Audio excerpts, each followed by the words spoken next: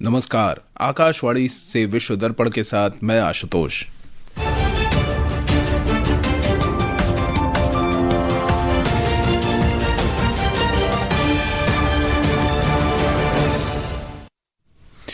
प्रधानमंत्री नरेंद्र मोदी ने आकाशवाणी से मन की बात कार्यक्रम में कहा, एआई इम्पैक्ट समिट भविष्य में आर्टिफिशियल इंटेलिजेंस की शक्ति का उपयोग करने की दिशा में विश्व के लिए महत्वपूर्ण पड़ाव साबित हुआ। एआई इम्पैक्ट समिट पर नई दिल्ली घोषणा पत्र को 89 देश और अंतर्राष्ट्रीय संगठन का समर्थन मिला। अफगानिस्तान ने सीमावर्ती क्षेत्र में हुए हवाई हमलों में 17 नागरिकों की मौत के मामले में पाकिस्तान के राजदूत को तलब किया। हंगरी ने रूस के खिलाफ यूरोपीय संघ के प्रतिबंध पैकेज को रोकने की धमकी दी और तेल आपूर्ति फिर से शुरू करने की मांग की। और अहमदाबाद में पुरुष टी20 क्रिकेट विश्व कप में भारत और दक्षिण अफ्रीका के बीच सुपर 8 का मैच जारी। और अब समाचार विस्तार से। प्रधानमंत्री नरेंद्र मोदी ने कहा है कि इंडिया एआई इम्पैक्ट समिट भविष्य में विश्व स्तर पर एआई की शक्ति के उपयोग की दिशा में महत्वपूर्ण पड़ाव साबित हुआ है।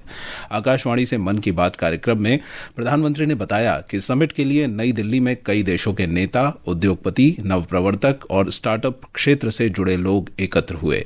इस समिट में दुनिया को एआई के क्षेत्र में भारत की अद्भुत क्षमताएं देखने को मिली है। इस दौरान भारत ने 3 made in India AI model भी लॉन्च किए। ये अपने आप में अब तक की सबसे बड़ी एआई समिट रही है।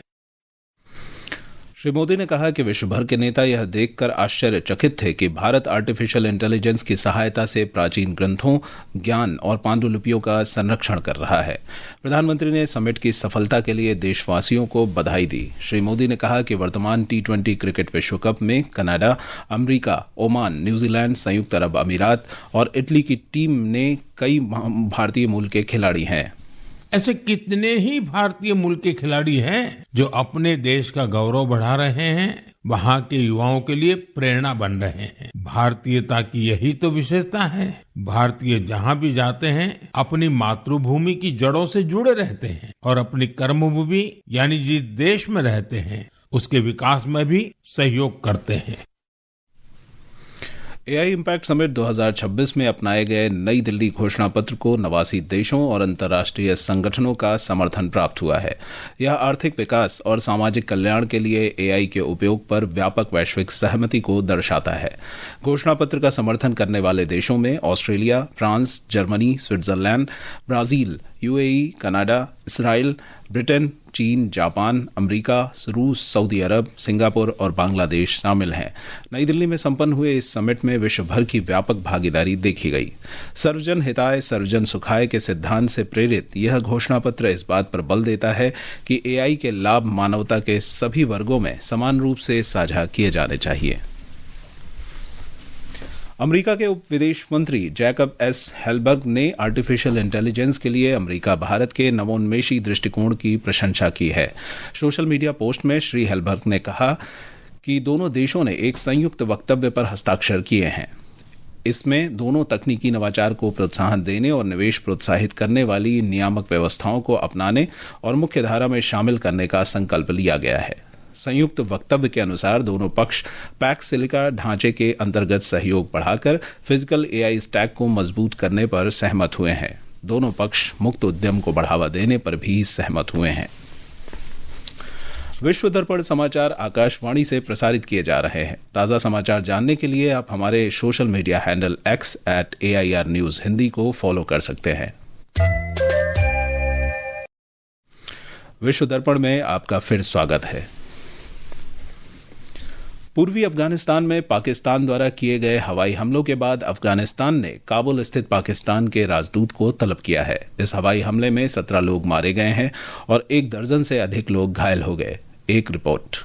विदेश मंत्रालय ने इन हमलों की निंदा करते हुए इन्हें अफगान हवाई क्षेत्र का उल्लंघन बताया और कहा कि ये हमले नंगरहार और पक्तिका प्रांत के नागरिक क्षेत्रों को निशाना बनाकर किए गए हैं। तालिबान ने इन हवाई हमलों को उकसाने वाला कृत्य और अफगानिस्तान की क्षेत्रीय अखंडता का उल्लंघन बताया। उन्होंने चेतावनी दी कि इसके परिणाम स्वरूप होने वाले सभी परिणामों के लिए पाकिस्तान जिम्मेदार होगा। मंत्रालय ने पाकिस्तान की सेना पर जानबूझकर नागरिकों को निशाना बनाने का आरोप लगाया है। हालांकि पाकिस्तान के अधिकारियों ने कहा कि ये हमले तहरीके तालिबान पाकिस्तान और दाइशा खुरासान गुट से संबंधित संबंधित आतंकवादी ठिकानों को निशाना बनाकर किए गए थे। विश्व दर्पण के लिए शक्ति सिंह।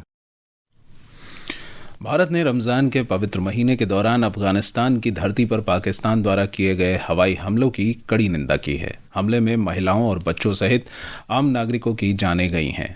इस संबंध में मीडिया के एक प्रश्न के उत्तर में विदेश मंत्रालय के प्रवक्ता रणधीर जायसवाल ने कहा कि यह पाकिस्तान द्वारा अपनी आंतरिक विफलताओं को बाहरी रूप देने का प्रयास है। उन्होंने अफगानिस्तान की संप्रभुता, क्षेत्रीय अखंडता और स्वतंत्रता के प्रति भारत के समर्थन को दोहराया। रूस ने बीती रात यूक्रेन पर बड़े स्तर पर हमले किए। हमले में ड्रोन, बैलिस्टिक और क्रूज मिसाइल का प्रयोग किया गया। कीव क्षेत्र में हुए इस हमले में एक व्यक्ति की मौत हो गई। एक रिपोर्ट।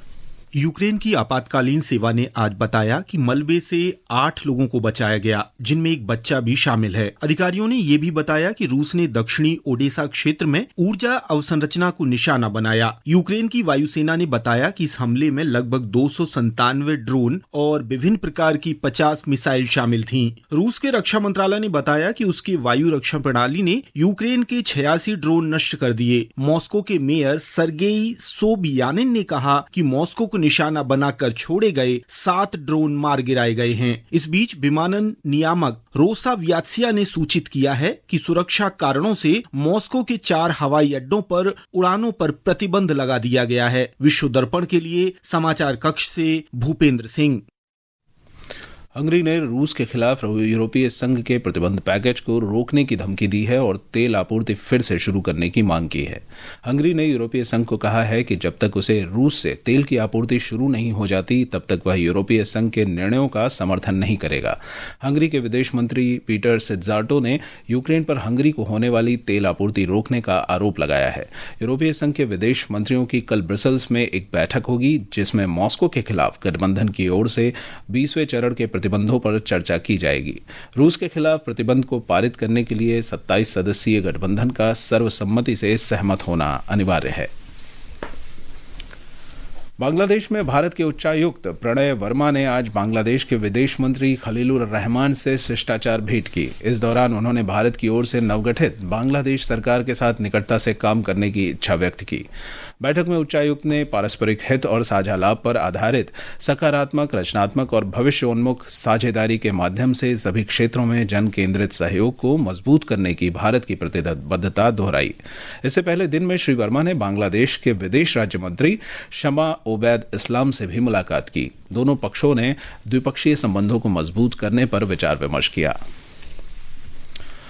जिम्बाब्वे ने दीर्घकालिक असर वाली HIV/AIDS निरोधक दवाई लेनाकापेविर का वितरण शुरू कर दिया है। यह इंजेक्शन के माध्यम से दी जाती है। पिछले 2 दशकों में जिम्बाब्वे में HIV से हजारों लोगों की मौत हुई है। जिम्बाब्वे ऐसा पहला देश है जो नागरिकों को वर्ष में 2 बार इंजेक्शन देकर सुरक्षा प्रदान कर रहा है। बाफ्टा फिल्म पुरस्कार समारोह आज रात लंदन के रॉयल फेस्टिवल हॉल में होगा। इसका सीधा प्रसारण बाफ्टा के आधिकारिक यूट्यूब चैनल पर किया जाएगा। बाफ्टा फिल्म और टेलीविजन के लिए दिया जाने वाला ब्रिटेन का चर्चित पुरस्कार है। इस पुरस्कार के लिए film one battle after another को 14, सिनर्स को 13 नामांकन और हैमलेट तथा मार्टी सुप्रीम को 11 नामांकन प्राप्त हुए हैं। इस वर्ष एक भारतीय फिल्म बोंग भी सर्वश्रेष्ठ बाल और पारिवारिक फिल्म श्रेणी में नामांकित है। अहमदाबाद में ICC T20 क्रिकेट विश्व कप के सुपर 8 मुकाबले में दक्षिण अफ्रीका ने भारत को 188 रन का लक्ष्य दिया है। ताज़ा समाचार मिलने तक भारत ने 15 ओवर में 8 विकेट पर 88 रन बना लिए हैं। दक्षिण अफ्रीका ने पहले बल्लेबाजी करते हुए निर्धारित 20 ओवर में 7 विकेट खोकर 187 रन बनाए। अंत में मुख्य समाचार एक बार फिर। प्रधानमंत्री नरेंद्र मोदी ने आकाशवाणी से मन की बात कार्यक्रम में कहा, AI इम्पैक्ट समिट भविष्य में आर्टिफिशियल इंटेलिजेंस की शक्ति का उपयोग करने की दिशा में विश्व के लिए महत्वपूर्ण पड़ाव साबित हुआ। AI इम्पैक्ट समिट पर नई दिल्ली घोषणा पत्र को 89 देश और अंतर्राष्ट्रीय संगठन का समर्थन मिला। अफगानिस्तान ने सीमावर्ती क्षेत्र में हुए हवाई हमलों में 17 नागरिकों की मौत के मामले में पाकिस्तान के राजदूत को तलब किया। हंगरी ने रूस के खिलाफ यूरोपीय संघ के प्रतिबंध पैकेज को रोकने की धमकी दी और तेल आपूर्ति फिर से शुरू करने की मांग की। और अहमदाबाद में पुरुष T20 क्रिकेट विश्व कप में भारत और दक्षिण अफ्रीका के बीच सुपर 8 का मैच जारी। इसके साथ ही विश्व दर्पण का यह अंक समाप्त हुआ। नमस्कार।